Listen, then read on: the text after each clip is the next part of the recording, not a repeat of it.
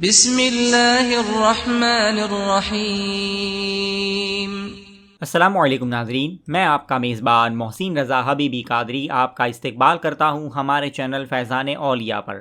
دوستوں، آج کی ویڈیو میں ہم اللہ کے ایک ایسے ولی کامل کا ذکر خیر کریں گے کہ جن کو پہاڑی کی ایک گفا میں بڑی بے رحمی کے ساتھ شہید کر دیا گیا تھا۔ اسی گفا میں پھر آپ کو دفن کیا گیا، اور وہ گفا اب دعاؤں کے قبول ہونے کا مقام ہے۔ زیادہ تفصیلی معلومات کے لیے آپ اس ویڈیو کو آخر تک ضرور دیکھیں، اور اگر آپ نے ابھی تک ہمارے چینل کو سبسکرائب نہ کیا ہو تو سبسکرائب بھی ضرور کر لیں۔ دوستوں، ان ولی کامل کا مبارک نام حضرت فیاض الدین رحمۃ اللہ تعالی علیہ ہے۔ آپ کا سلسلہ نسب کچھ واسطوں سے خلیفہ اول امیر المومنین حضرت سیدنا ابو بکر صدیق رضی اللہ تعالی عنہ سے جا ملتا ہے۔ آپ سلسلہ عالیہ نقش بندیہ کے عظیم شیخ کامل اور پیشوا ہے۔ حضرت پیر فیاض الدین رحمۃ اللہ تعالی علیہ کا قیام جودھ پور شہر میں تقریباً 52 سال تک رہا۔ آپ بڑے باوقار تھے۔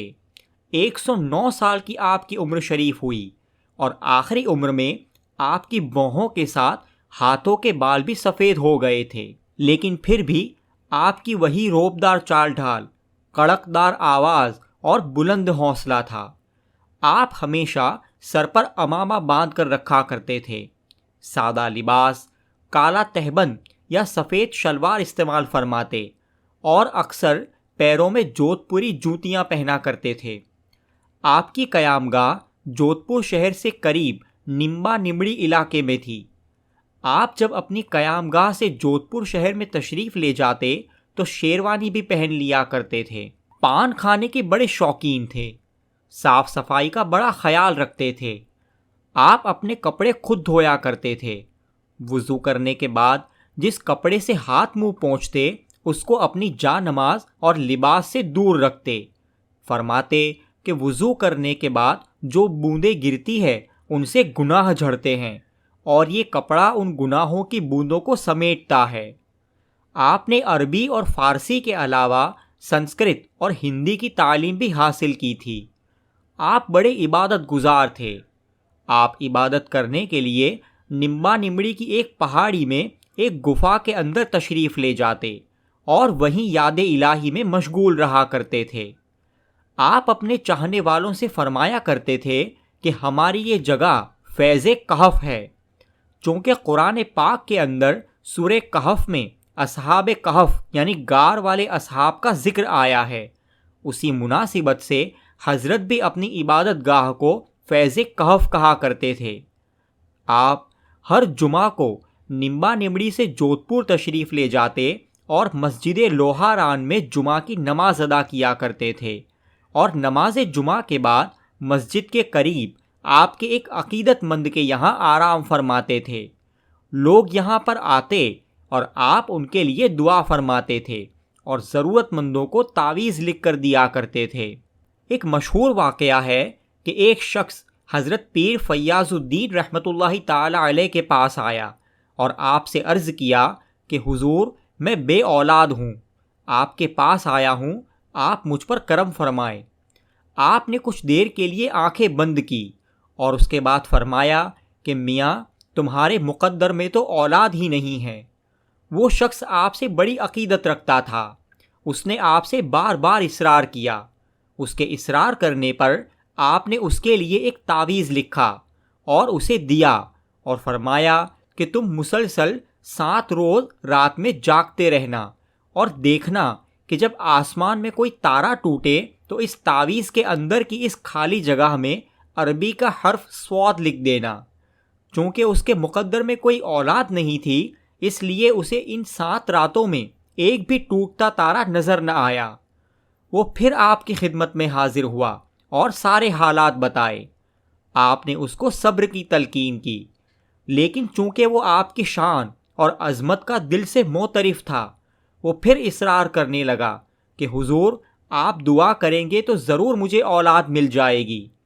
اب آپ کا دریائے کرم جوش پر آیا اور آپ نے اس کے لیے دعا کی، اور وہی بات ہوئی جو حدیث پاک کا مفہوم ہے کہ دعا تقدیر کو بدل دیتی ہے۔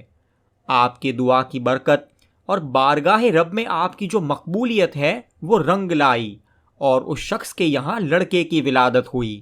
حضرت پیر فیاض الدین نقشبندی رحمۃ اللہ تعالی علیہ ولایت کے بڑے اعلیٰ درجے پر فائز تھے۔ عوام تو عوام، کئی بزرگوں نے بھی آپ کی بارگاہ سے فیض حاصل کیا ہے۔ قطب زمانہ حضرت مولانا فضل الرحمان صاحب گنج مراد آبادی رحمۃ اللہ تعالی علیہ جیسی عبقری شخصیت نے بھی آپ کی ذات بابرکات سے فیض حاصل کیا ہے۔ حضرت پیر فیاض الدین علیہ الرحمہ کی نظر کا عالم کیا تھا، اس پر ایک واقعہ سنیں۔